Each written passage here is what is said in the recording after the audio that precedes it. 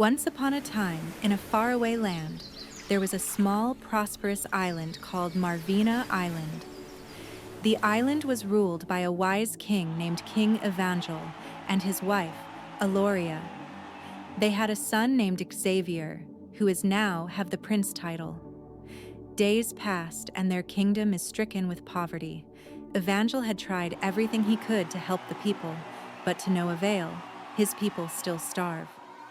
One night, Evangel and his wife were in a deep asleep. In his sleep, Evangel suddenly got a weird dream. He's standing in a weird-looking cave near a cliff. He realized that there's a beach near the bottom of the cliff. That's when he suddenly heard a voice belonging to a woman. Then he saw a red-haired old lady in a dark black robe. The woman talked to him. If you want to free your kingdom from hunger, you must take a gemstone from the bottom of a deep trough. Evangel asked the weird lady, What trough? Then the lady suddenly disappeared. Evangel woke up in the middle of the night and he was convinced that the dream was real. He decided to woke his sleeping wife up.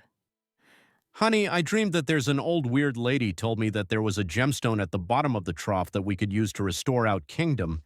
Aloria was surprised and she immediately woke up.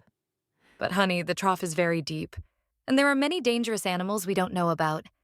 I think maybe you shouldn't believe it easily. It's just a dream, right? But the king felt that the dream was way too real.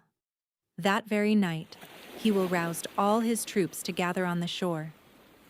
Now, dive into the trough and look for gems at the bottom. Take as many as you can, so our kingdom can prosper. He demanded his troops. But, Your Majesty, the trough is very deep. If you want to continue living in poverty, you can sleep in your rooms and be ordinary people without pay. The soldiers simply resigned themselves to it. They didn't want to live in poverty.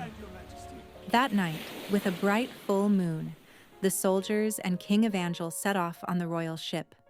When they reached the edge of the trench, the 5 soldiers immediately dived into the pitch-black depths.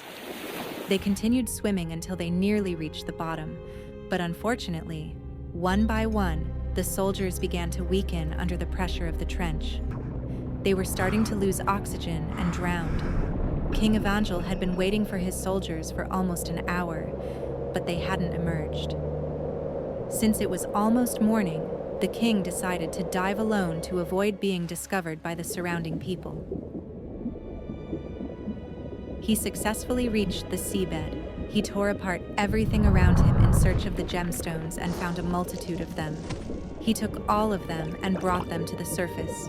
Unbeknownst to the king, the gemstones were the seal that held the giant Cyclops, a legendary creature that only emerged when it was about to lose a large number of gems in the trench. King Evangel returned to the island in the morning and immediately told his wife that he had found the gemstones, but he forgot the old lady's words that he could only take one. Honey, I got it. We're going to be rich. Where did you get all this, honey? From the bottom of the trough? And what about the soldiers? Where are they all? King Evangel couldn't answer and remained silent. Outside the kingdom, one of the oldest villagers was fishing in the sea. He saw a giant bubble in the distance. He looked through his binoculars, and unfortunately, the giant Cyclops had broken free from its seal. The old man immediately returned to the shore and approached his wife, who turned out to be the red-haired lady from King Evangel's dream. That monster is back, but how is that possible? We've locked him at the bottom of the sea. How did he get out? The lady was shocked and grabbed her secret wand. They rushed to the kingdom and looked for the king. Your Majesty, what are you doing? I warned you that you could only take one amber gem. Why did you take them all? The king said, You're the one in my dream, right? Thanks to you, we're all going to be rich. You should be grateful that we're no longer living in poverty. You've gone too far, Your Majesty. Look at the consequences. That monster is already angry. Stop your ridiculous folklore. Get off this island if you defy my orders. I've warned you, Your Majesty. Remember my message. Every action you take has consequences. Finally, the 2 spouses left, flying away on their broomsticks from the island. Outside the kingdom, the sky darkened and thundered, and the Cyclops began to attack. One of the villagers went to King Evangel and reported this. Sir, there's a giant monster in the sea, and high waves are coming to our way. What should we do now?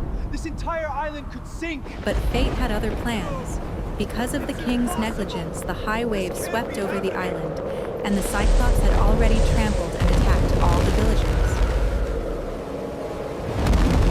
The king left the kingdom carrying his crystal, but it was too late. The wave had already swept over the kingdom, and all of the royalties drowned. In the end, none of King Evangel's family survived. Marvina Island was submerged by the high wave, and all the islands on Earth were swallowed up by the high wave. The Cyclops had wiped out all humanity, including the king and his family. No one survived the disaster. All of this happened because of the greedy nature of King Evangel.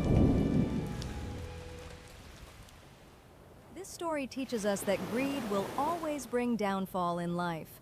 Because of that, we must always be grateful for what we able to have and what we able to do.